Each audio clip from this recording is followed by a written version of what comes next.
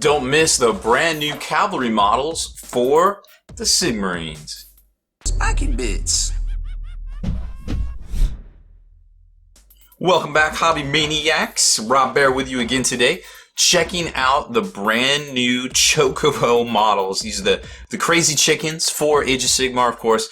These guys definitely need them to ride in combat. I don't know what's going on here. First we had Battle Cats, now we have Chocobos. I mean, why not? They look cool. They got pretty decent rules, and did I mention they look cool? I definitely think they look cool. So first off, we got the Lord Aquilor, whatever you want to call him. He is $40 US, and then the Vanguard Palladors. Again, not a real world word, but it is the Games Workshop, and they are $60 US, and you get 3 models in there, of course. Overall, I think these models are great. Let's take a closer look at them. So first off, let's hit up the Vanguard Palladors. Now, these guys, well, you can see on the back, there's a couple different ways to model them. You can have them with the javelins or the shock hand axes right there. There are a couple different poses. It's like a cross between a horse and, I don't know, like a raptor, I guess. Like, it's really crazy posing, but I really like how they do the riders, kind of like some of the old Plains Indian artwork from back in the day, the Western kind of artwork. I definitely see a lot of different, I guess, styles kind of coming together with these guys here. Now, once you open it up, you will notice there are 3 individual sprues with the smaller cavalry bases right there. But each one is self-contained almost, it looks like. Like, each one has all the parts, all the crazy digital slices for each one of the models. The bolt gun, the shoulder pads, the heads, you can do a couple different styles there. The axes versus the javelins, and then of course the reins themselves are all there. It's all self-contained, so it should make looking for the parts a little bit easier. I mean, detail-wise, I think they're fantastic. Like, the front legs have claws, the back ones have hoofs, which is super crazy, right? And I mean, all the normal styling, you can use the lion shoulder pads, you can use the regular shoulder pads that come with decals, like little packs. There's so many intricate details here. Swords on their belts, you can use the axes, the javelins. They come with the Peter fur capes, of course. You can put the top knots on them if you want. I mean, it's just so many different options here, but you do have to build the model as is and then put the guy on it, and they are pretty much static as far as that goes. You can switch out the shoulder pads or maybe the heads. You can use the helmeted head or the non-helmeted head, but other than that, that's pretty much it. Here's the other one. Here's the other version here where he's kind of loping it's kind of turning to the left, and then this is the one where he's kind of striding forward, it looks like. Yes, I think that is correct. It's hard to tell from the digital slices right there. But here you can see the 3 different styles that they make. The one just going forward, one breaking left, one breaking right. There's with the javelins, there's with the axes. And here they are. When you start looking at how they go together, lots of computer slices here, lots of little talon dingling pieces kind of just being able to glue on. You can put the packs on if you want, the top parts, the top horns. All of the extra accessories, you can glue them on or you can leave them off. I think you might have to use the reins, but you can keep them off, I suppose, if you wanted to paint them separately. But when it comes down to it, you're still going to need a lot of these components. You do have a little bit of choice here, obviously, on the hand axe versus javelin. I personally think the javelin's good.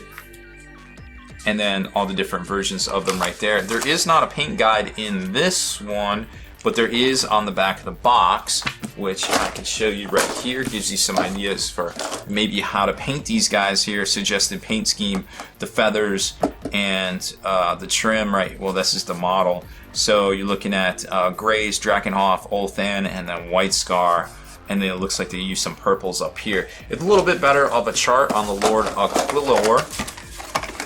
We'll take a look at him here in a sec. Let me just box these back up for you. And this particular kit is $60 US, so it's about $20. I suppose if they sold them separately, it'd be $20 a model. Here's the Lord Aquilor. Another fantastic model. He's got some great rules. He is 200 points. These guys are, what, 220 for 3? These are 220 for 3 right here. Now, as far as rules go, well, let's talk about their rules real quick. I just wanted to show you, where's their manual. So here's their rules. They come, I think the Javelin's probably the better way to go with these guys. They have great move, they have great bravery, well, average bravery for a Stormcast. 5 wounds, 4 up save, 3s to hit, 4s to wound if you take the bolt pistol. Well, they all come with the bolt pistol. Then the javelin, if you take that instead of the hand axe, you get both as a missile weapon and as a ranged, or excuse me, a melee weapon. This is 4s to hit, 3s to wound, neg 1 rend. In combat, 3s to hit, 3s to wound, neg 1 rend. And ranged here, 1 attack each, which I think is probably better because the rends, even though you get 1 extra attack, but it's easier to hit. There's a lot of things that let you hit a little bit easier in abilities out there. Of course, the Griff Charger's attacks are amazing. 3 hit on 3s, wound on 3s, neg 2 rend, 1 damage. Amazing stats right there for a mount. And remember, your Lord guy can actually take a trait in the new book to augment their ferociousness, and there is actually they can perform that bug out attack where they can go 6d6 in any direction. You can do 9d6 in any direction if you take the battalion formation that's in the new book as well. And then moving on to the Lord Aquilor. Here he is right here, and he comes with the same size base.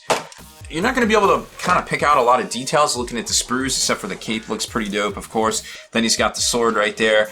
He's got 2 different head options. You can have him with a bear head or the kind of the halo-y kind of head. Top knot is optional. You've got your very Baroque kind of shoulder pads right there. Packs, the bolt pistol, the Star Strike, Starstorm bolt pistol, various other equestrian accessories for these guys right here. And then of course lots and lots of furs, the astral compass that goes on the howdah, and there's the howdah right there, or the saddle, whatever you want to call it. I don't know what you would call it for these guys, to be quite honest.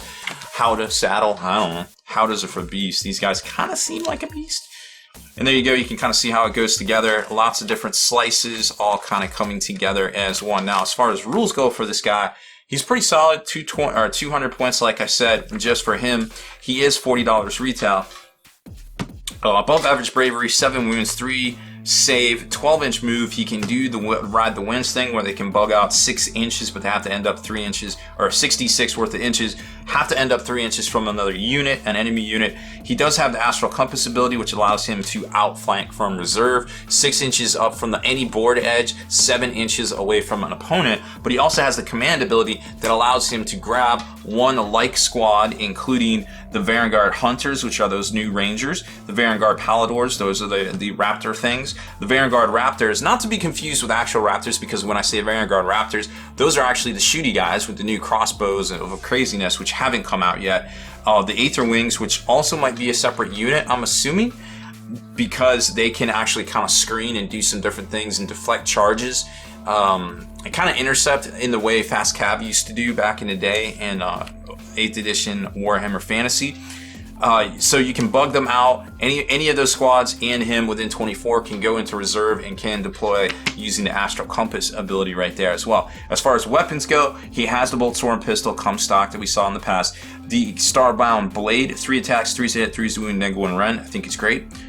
Shock Hand Axe, if he decides to take that, 2 attacks, 3s across the board with 1 damage, and then of course the Griff Charger's doing the Lord's work there, 3 attacks, 3s to hit, 3s to wound, and neg 2 rending, 1 damage if it gets through. Overall, I think there's incredible looking models.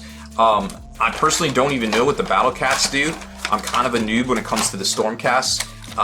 They just didn't seem static enough for my taste, and I just kind of ignored them and pretended they didn't exist. But now I have to go back and check out their rules, because I know there's a bunch of different versions of them, like the Fulminators and different things.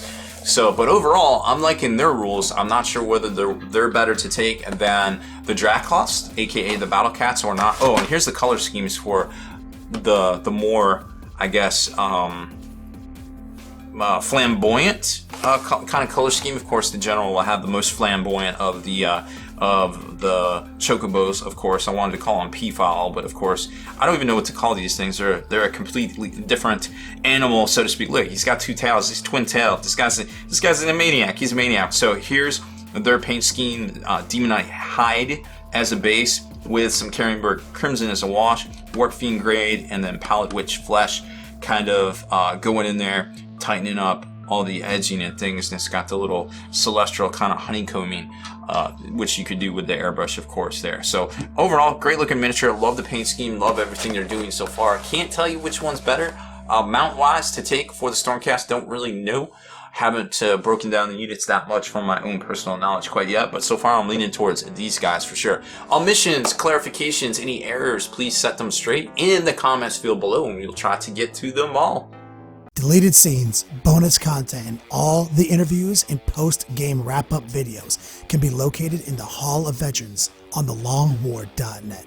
Visit thelongwar.net today and try a week completely free with no strings attached. That's not all. TheLongWar.net is also your hobby resource for exclusive early access with an ad-free experience to all your favorite videos. Members of the Hall of Veterans gain early exclusive access to multiple hobby videos.